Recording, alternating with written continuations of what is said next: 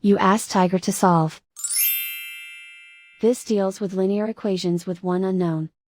The final result is x equals -38/35.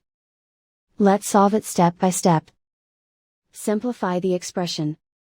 Multiply the fractions. Expand the parentheses. Multiply the coefficients. Simplify the arithmetic. Break up the fraction. Find the greatest common factor of the numerator and denominator. Factor out and cancel the greatest common factor. Swap sides. Group all constants on the right side of the equation. Subtract 21 from both sides. Simplify the arithmetic.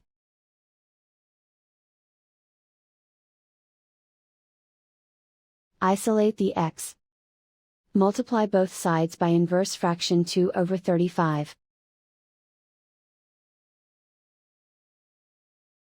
Group like terms.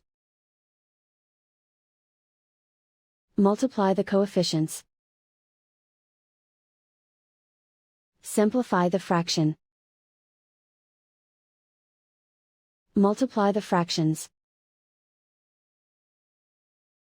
Simplify the arithmetic. And so the final result is x equals -38/35.